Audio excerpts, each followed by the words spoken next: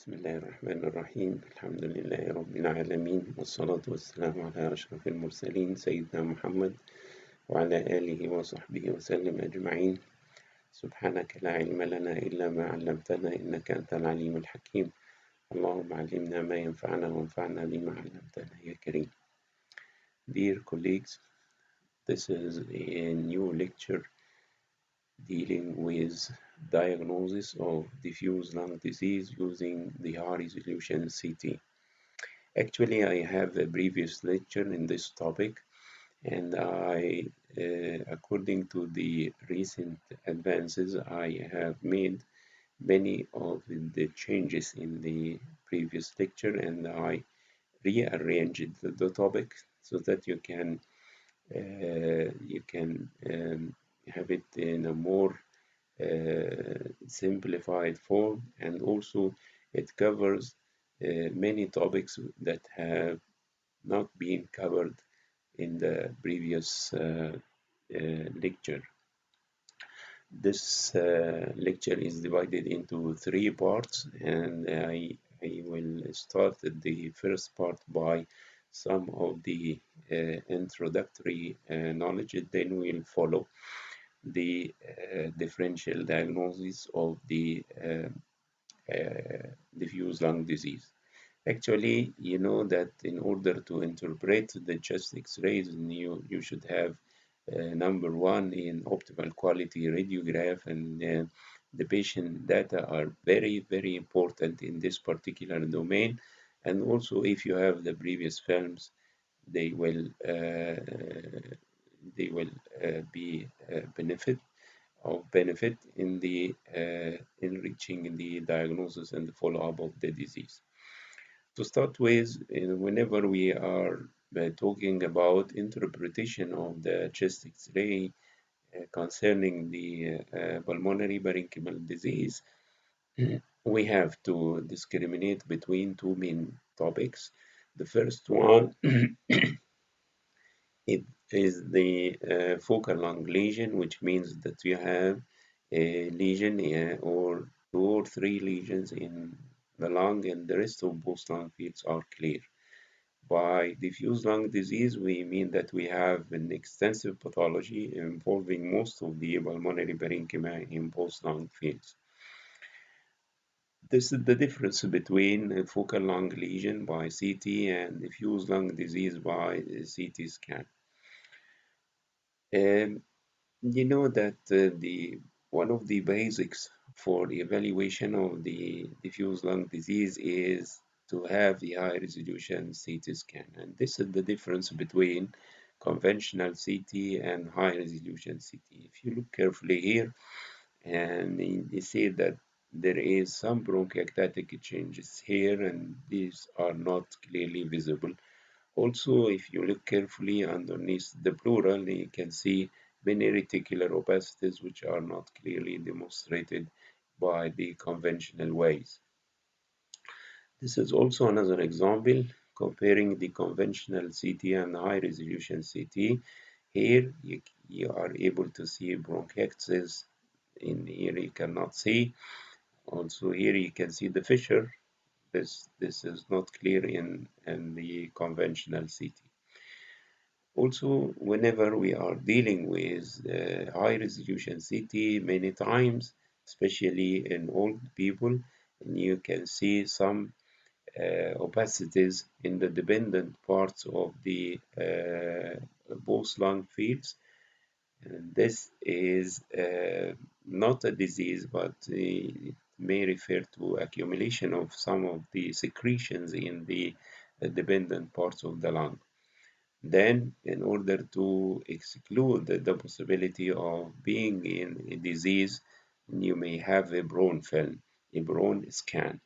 In the bronch scan, and you can see that the opacities have cleared, denoting that they are not true lesions. And this is one of the ways in order to differentiate between pathologic opacities in the dependent parts of the lung and physiologic opacities, let us say so. And another way is to have what's known as expiratory CT. This patient in respiratory CT shows almost normal finding, and this patient has severe asthma. The expiratory CT shows significant areas of air trapping, and this cannot be appreciated in the expiratory CT scan. Then you know that we have four lesions in the focal lung diseases, which are the nodule, the mass, the patch, and the cavity.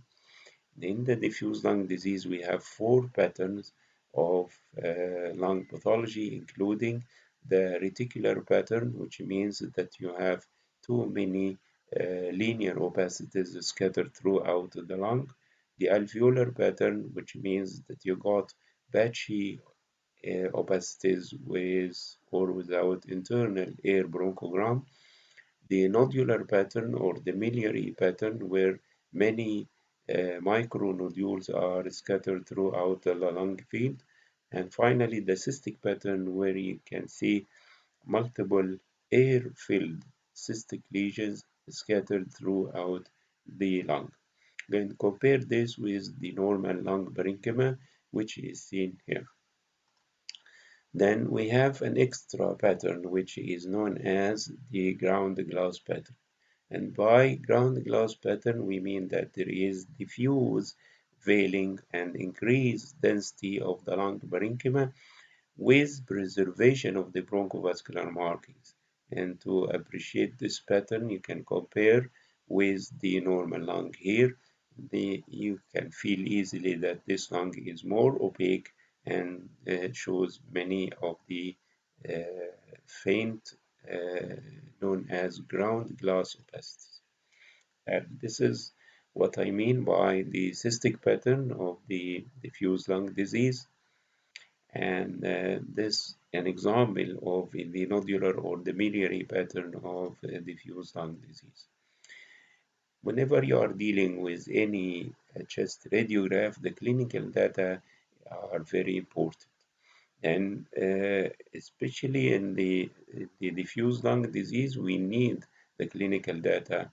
Very importantly, we should know if the patient had fever, had hemoptysis, if he is smoking, a smoker, or if he is exposed to certain substances like dust and allergens, for example. Then we should look for the distribution of the lesions, whether they are in the periphery of the lung or in the central part of the lung or both, whether they have a lymphatic distribution or random distribution, and what is the pattern in relation to the distribution. Miliary pattern with lymphatic distribution or miliary pattern with random distribution. Then look for associated imaging findings like the presence of mediastinal lymphadenopathy. This is very important in certain diseases, and also the presence of pleural effusion. Then one of the important issues is to look for the chronicity of the disease.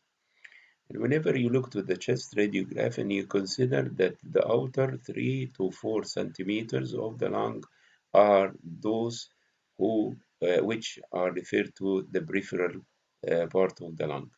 And this peripheral part of the lung and the 3 to 4 centimeter applies also for the lung adjacent to the fissure. The lung adjacent to the 3 to 4 centimeters adjacent to the fissure are also considered the peripheral lung field. Then one of the major issues here is what is the pulmonary lobule. The pulmonary lobule is a hexagonal structure which is located immediately in the subpleural area, and this lobule contains the centrilobular artery, the terminal bronchiole, lymphatics, and veins. The distribution in relation to the lobule is very important in assessment of the different patterns of diffuse lung disease. Then the secondary pulmonary lobule is a polygonal structure composed of acini and terminal respiratory bronchioles. The number of acini in each lobule ranges from 3 to 20 acini according to the size of the lobule, which ranges between 1 to 3 centimeter in diameter. Then lymphatic distribution means that the opacities or the disease is spreading along the bronchovascular bundle, the interlobular septi, and the major and minor fissures. At a time, it will be very difficult to you to assess this distribution because of the overlap of the opacities. But I will explain to you how to handle this, which is very important so that you can reach the final diagnosis.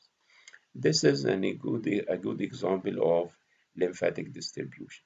If you look carefully here and you see that there are interstitial opacities, and these opacities uh, is spread throughout the lung. And if you look to the side of the fissure, and you can see that the fissure is thick. And this is one of the leading criteria to know that you are dealing with the lymphatic distribution is to see that the fissure is thickened, and also if you see nodules along the course of the fissure, and this is very important to judge that you are dealing with lymphatic distribution of the opacities. If you know that you are dealing with lymphatic distribution, what are the major possibilities of this disease or this distribution? They are four: pulmonary edema, lymphatic interstitial pulmonary edema, sarcoid, which is very important here, lymphangitis carcinomatosa, and lymphoma. Now we'll start the differential diagnosis of diffuse lung disease, starting by the reticular pattern. If you look to the chest radiograph and you see too many reticular opacities or strandy opacities involving most of the lung fields, what are the possibilities? And here are the possibilities. Number one, interstitial pneumonia, including two major types, the usual interstitial pneumonia and the non-specific interstitial pneumonia. Number two, interstitial pulmonary edema, idiopathic pulmonary fibrosis, collagen-related interstitial lung disease, drug-induced interstitial lung disease, and radiation-induced interstitial lung disease. We'll start by the two most common causes of interstitial lung disease of the idiopathic form, the usual interstitial pneumonia and the non-specific interstitial pneumonia. Both can produce similar findings, but honeycombing, I will explain, is common in usual interstitial pneumonia and uncommon in non-specific interstitial pneumonia. The prognosis of the usual interstitial pneumonia is bad compared to the non-specific interstitial pneumonia. Then usual interstitial pneumonia is a histologic diagnosis, represents lung reaction pattern to an injury. If this is idiopathic, it is known as idiopathic pulmonary fibrosis, meaning that if there are reticular opacities, honeycombing, traction bronchiectasis without a known cause, then this is known as idiopathic pulmonary fibrosis. But if there is a predisposing factor like exposure to dusts, exposure to drugs, or the presence of a collagen vascular disease, then this is known as the usual interstitial pneumonia secondary to these factors. Then clinically, this is a disease presenting by progressive shortening of breath and a non-productive cough.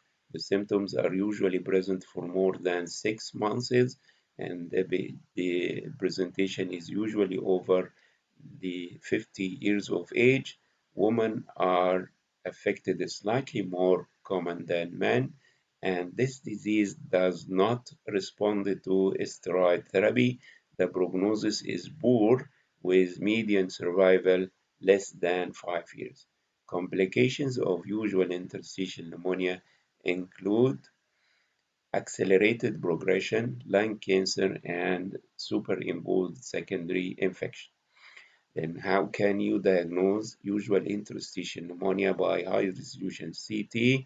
And there are two major issues. Number one, extensive interstitial opacities throughout the lung, usually in the periphery and the lung bases, as well as honeycombing. And by honeycombing, we mean multiple small cystic areas containing air with a thick margin located in clusters in the subpleural location. And this is a good example for honeycombing. Also here you can see honeycombing and there you can see honeycombing. Interstitial septal thickening, interstitial opacities everywhere, and ground glass opacities which are almost present in any of the diffuse lung disease, ground glass opacities. But we have a specific differential diagnosis for the ground glass opacities if they are present alone in the lung. Then the lung volume will be decreased due to fibrosis unless the patient develops emphysema. The lung will expand. One of the major issues here is the presence of traction bronchiectasis due to the fibrotic reaction pulling on the wall of the bronchi. And this is what we mean by honeycombing clusters of cystic air spaces. The average size is between 3 millimeter to 1 centimeter. They are well defined with thick wall and they are predominantly present in the subpleural area. This is an example of usual interstitial pneumonia where you can see ground glass veiling, you can see honeycombing, you can see traction bronchiectasis, and many of the interstitial opacities. Once more, this is the usual interstitial pneumonia. If no known underlying cause, it is called idiopathic pulmonary fibrosis. And you can see the typical appearance, interstitial opacities, honeycombing, traction bronchiectasis, and the ground glass veiling. Then the non-specific interstitial pneumonia is relatively mild compared to the usual interstitial pneumonia. It presents with progressive shortening of breath and non-productive cough, but the age is relatively younger. Men are slightly more affected than women, and this disease responds to the corticosteroid treatment. Then you can see all the manifestations of usual interstitial pneumonia here, but the honeycombing is not a prominent feature. You can see ground glass opacities, you can see many interstitial opacities, and you can see traction bronchiectasis, but the honeycombing is not a prominent feature. Another example of non-specific interstitial pneumonia, and you can see traction bronchiectasis, ground glass veiling, interstitial opacities, but almost with no honeycomb. One of the important findings is that this disease particularly spare the immediate subpleural zone of the lung. This is one of the helpful diagnostic criteria, but you see the full-blown picture with traction bronchiectasis, ground glass veiling, and many interstitial opacities. Then we came to the third one, which is the pulmonary interstitial edema, which means that there is accumulation of fluid in the extravascular spaces of the lung. We have two types, interstitial and alveolar edema.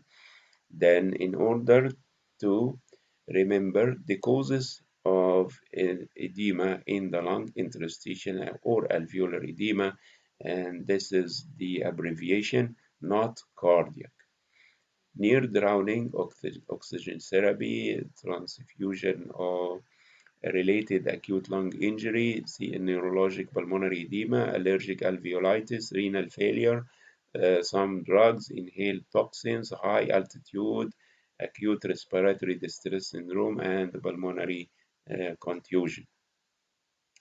Then chest X-ray is the most practical and useful method for assessing pulmonary edema. You all know the findings of pulmonary interstitial edema, including enlarged easy hilar shadows, distended upper lobe vessels, and many reticular opacities, including B. Curlis line, A. Curlis line, and enlargement of the heart with left ventricular configuration, thickening of the fissures, and the presence of pleural effusion. And this is a good example of a patient developed interstitial pulmonary edema. This is the radiograph 10 days earlier, and this is the radiograph after she went into interstitial edema. You see that the hilar shadows are hazy and enlarged. Then you can see the distension of the upper lobe vessels and many linear opacities at the costophrenic angle representing B. Curlis line, near the hilum representing A. Curlis line, and longer opacities near the costophrenic angle representing the C. Curly line. And here is an acute pulmonary interstitial edema showing the previously mentioned lines. These are the C curls line, and this is the A curls line, and this is the B curls lines. Then we came to one of the other causes of interstitial pulmonary fibrosis, which is the scleroderma, and this is the multisystem collagen vascular disease, and the etiology is unknown, and this is the age incidence from 30 to 50 years of age. Females are more commonly affected than males. Pulmonary manifestations are present in about 10 to 25% of patients, but lung affection is almost present in all cases at autopsy. And the manifestations are typical or similar to the usual interstitial pneumonia. And you got multiple honeycombing, traction bronchiectasis, interstitial opacities, ground glass areas. And because of the disease affects the gastrointestinal tract, and it may result usually results in motility disorders leading to dilated motile esophagus, when this will uh, uh, appear in the radiograph as esophageal dilatation, and it may contribute to aspiration pneumonia in some of these patients. This patient presented by dysphagia because of the motility disorder, and you see the reticular opacities in the chest radiograph, the ground glass veiling, and the honeycomb. Another case of scleroderma showing the classic appearance of interstitial lung disease with too many reticular opacities, minor traction bronchiectatic changes, and ground glass veiling scattered throughout the lung fields. Rheumatoid also can affect the lung, producing similar changes in the form of ground glass opacities, traction bronchiectasis, and honeycombing. In this patient, he can see some areas of air trap and emphysematous changes which are related to his long history of smoking.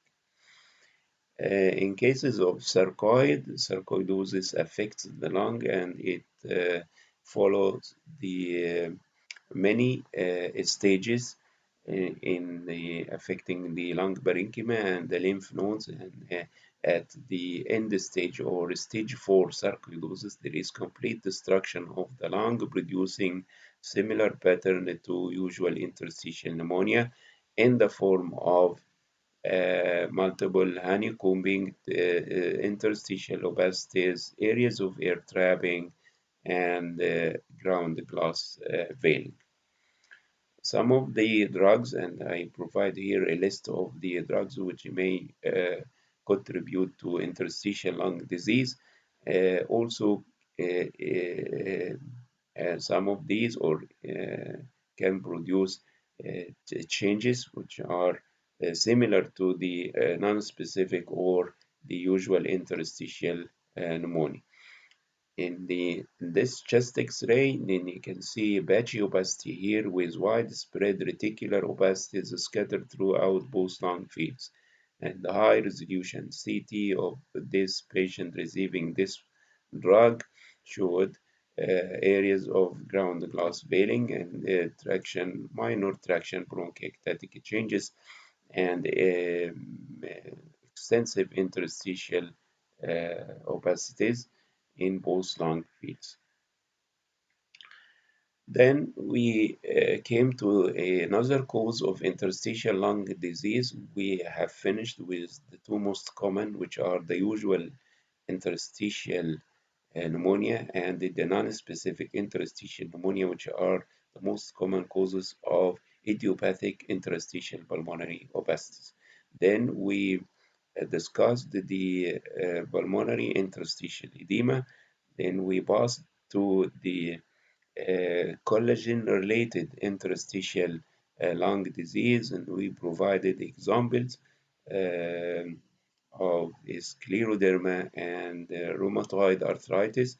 Then we mentioned something about end-stage sarcoid affecting the pulmonary parenchyma. Then we discussed the drug-related interstitial lung disease, and we came to the lymphangitis carcinomatosa. And in this disease, the diagnosis is usually easy whenever you know that the patient had a primary malignancy. In the presence of a primary malignancy, the interstitial lung opacities should be interpreted as lymphangitis carcinomatosa until proved otherwise. The distribution is typically asymmetric in the lower lung lobes, and the interstitial opacities showed beaded appearance, and I will show you too. And many other findings include lymphadenopathy is not an essential finding to diagnose lymphangitis carcinomatosa, but it may be present in the mediastinum and also in the axilla. The presence of a known primary tumor is very important for this diagnosis. Then, if you look here, this patient with esophageal malignancy with palliative esophageal stent, then he presented by increased shortness of breath. Then you see extensive interstitial opacities here, and this patient had the breast cancer with interstitial opacities. If you look carefully, and you can see micronodules all over the opacities. In the presence of a known primary malignancy, the possibility of lymphangitis carcinomatosa should be suspected. And here is a chest radiograph of a male 51 years old with chronic myeloid leukemia presented by recent onset of cough and severe shortness of breath. Here you can see many interstitial opacities with some prominence of the hilar shadows suggesting the presence of lymphadenopathy, and in the presence of a known primary malignancy, the lymphangitis carcinomatosa should be suspected.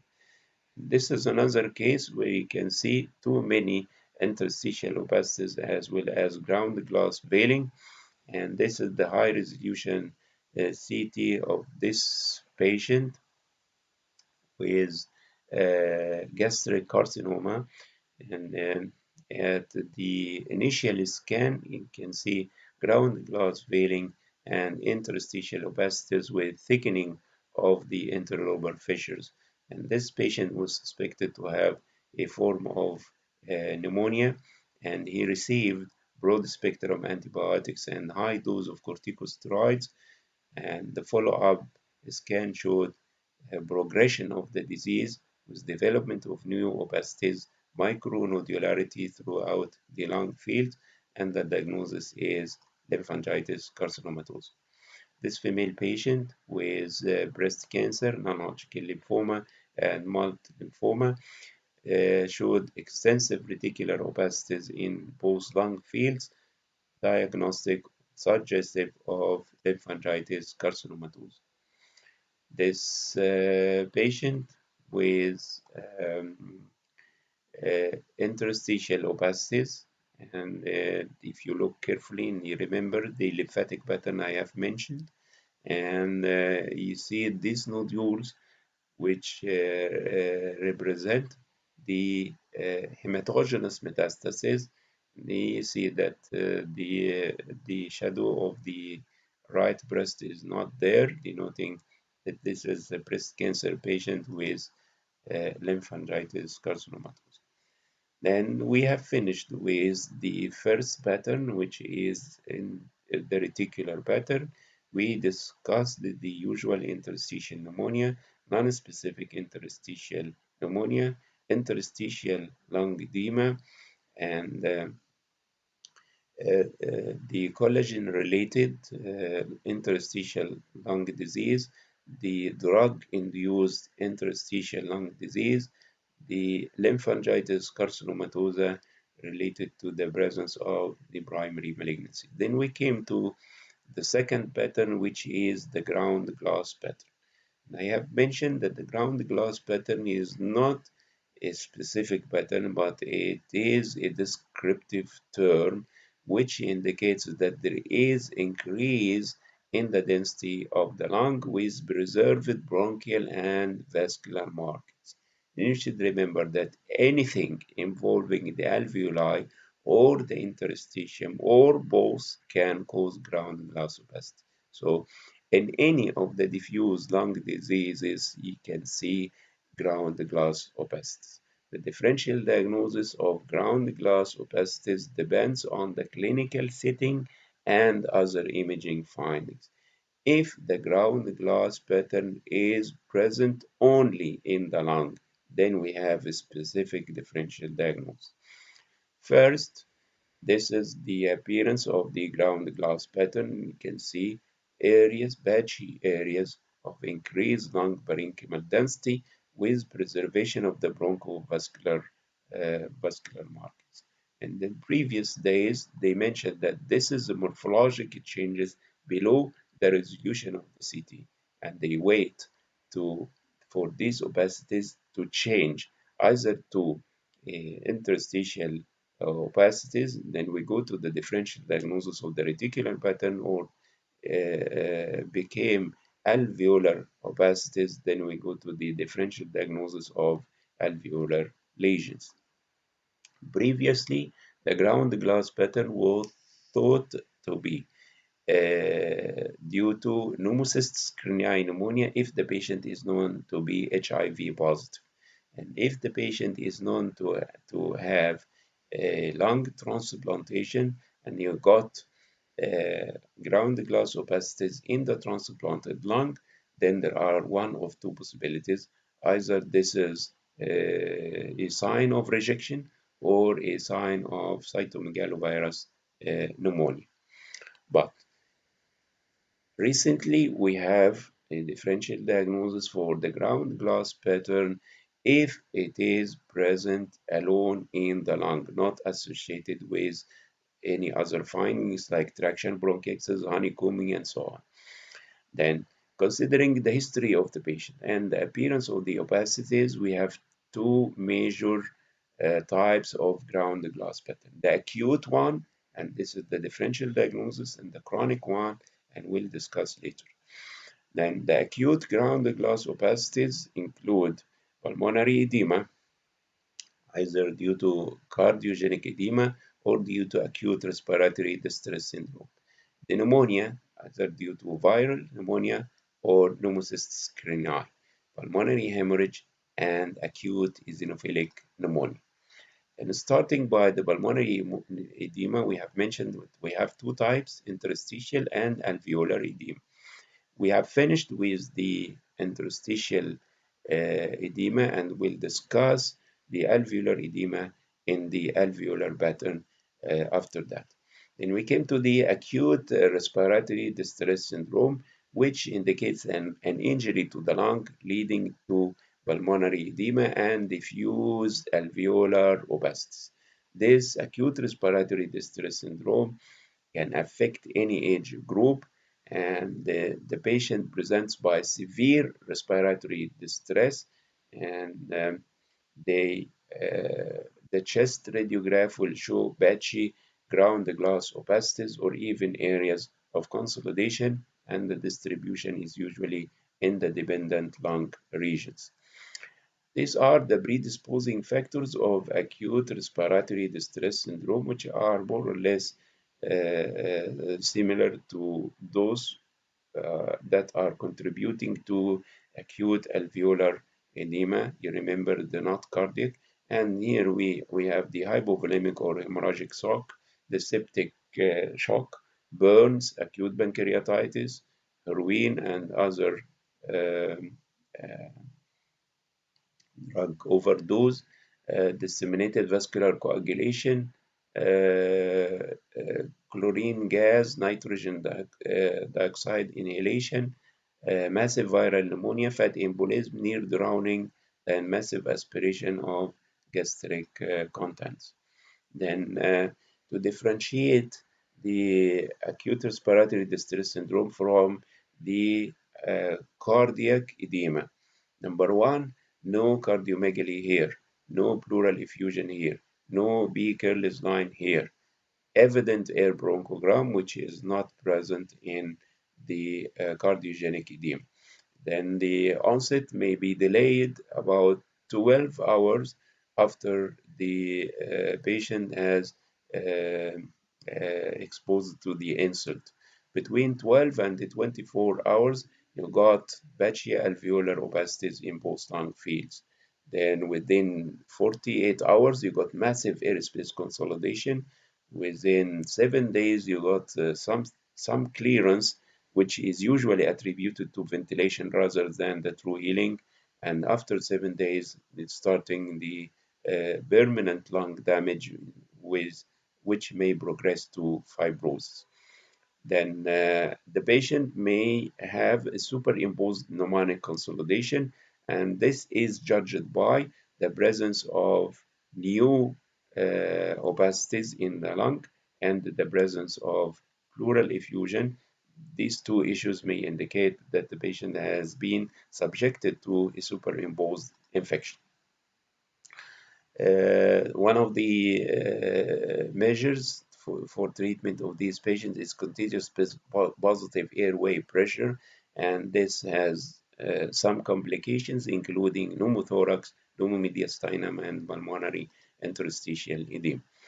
Then we came to the pneumocystis carinii, and now is known as pneumocystis jirovecii, and this is an atypical pulmonary infection, almost confined to patients with AIDS or HIV positive patients. And pneumocystis pneumonia is, according to the literature, never present in an immune competent individual. The diagnosis is confirmed by the bronchovascular lavage, which is sensitive in about 90% of cases.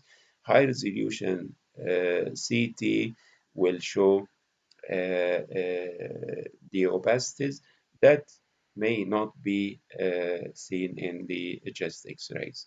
The high resolution findings in patients with pneumocystis jirovecii or pneumocystis carinii include ground glass opacities in about 40% and nematoceles in about 30%, and these nematoceles are subject to rupture with a risk of pneumothorax.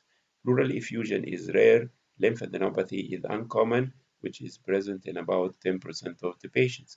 And if you know that this patient is HIV positive, you should interpret the changes in the chest X-ray and the CT scan on this basis, and you consider in your mind the possibility of pneumocystis pneumonia or pneumocystis jirovecii. Uh, uh, as I have mentioned before, in this particular type of infection, The clinical data are very important to know that the patient is immune compromised or an HIV positive patient, and you may got ground glass opacities, too many nematocytes, areas of consolidation, and you may see some air bronchogram. And this patient is a woman undergoing steroid therapy for collagen vascular disease. And because of the age and the steroid therapy, this patient is maybe considered as an immune incompetent. And you got many opacities in the lung with some air bronchogram and areas of ground glass veining, and this was proved to be pneumocystis pneumonia. Then we came to the acute eosinophilic pneumonia, which is, from the radiographic point of view, pneumonic consolidation, which is usually extensive and patchy. And this pneumonic consolidation is intimately related to the presence of eosinophils in the bronchoalveolar lavage and in the blood. The exact cause is not well known, and the response to corticosteroids is dramatic. Then you look here, this is the chest radiograph of a patient um, with alveolar and interstitial infiltrates. This is the follow-up radiograph obtained 3 months after corticosteroid therapy, and you got complete resolution of the disease. Then this is a type of pneumonia, but the cause is not known. In the X-ray and the high resolution CT, you got random distribution, bilateral ground glass opacities, interstitial septal thickening. Pleural effusions are common. You see here bilateral pleural effusion. If you look carefully, also you can see the crazy paving appearance. Airspace consolidation in 50% of the cases, centrilobular nodules may be seen in about 30% of cases. Then this patient is male, 18 years old, with known to be asthmatic and smoker, presented by fever, productive cough, shortness of breath for 2 weeks, and he is unresponsive to antibiotics. And this is one of the leading uh, findings that may help you to think of particular types of pneumonia, like this one and the coming one, which is known as cryptogenic pneumonia. Then the uh, the non-response to the antibiotics may drive your attention that this is not an ordinary pneumonia, and then you think of other types of pneumonia, and this is the follow-up chest X-ray after corticosteroid therapy.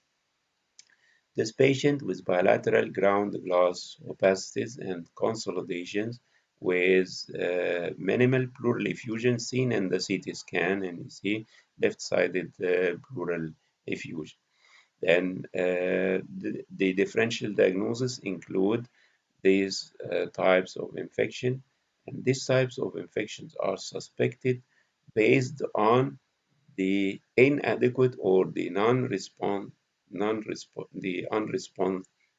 response to the antibiotics. You consider eosinophilic pneumonia or cryptogenic organizing pneumonia or an atypical finding, a typical type of infection. And CBC showed significant eosinophilia and bronchoalveolar lavage showed significant eosinophilia. Then you are dealing with acute eosinophilic pneumonia. Then if you have patchy opacities in the lung and you thought that these are pneumonic consolidations and the patient is treated by antibiotics with no response, then think of another type of pneumonia, particularly the acute eosinophilic pneumonia, the cryptogenic organizing pneumonia, and one of the atypical infections. And this is the follow-up of the same case. You see the opacities, and 10 days after corticosteroid therapy showed complete resolution of the disease. And this is an important issue, the fact that marked improvement of the patient clinical and radiographic findings after corticosteroid therapy make the acute eosinophilic pneumonia the most likely diagnosis. هذا وبالله التوفيق والحمد لله رب العالمين.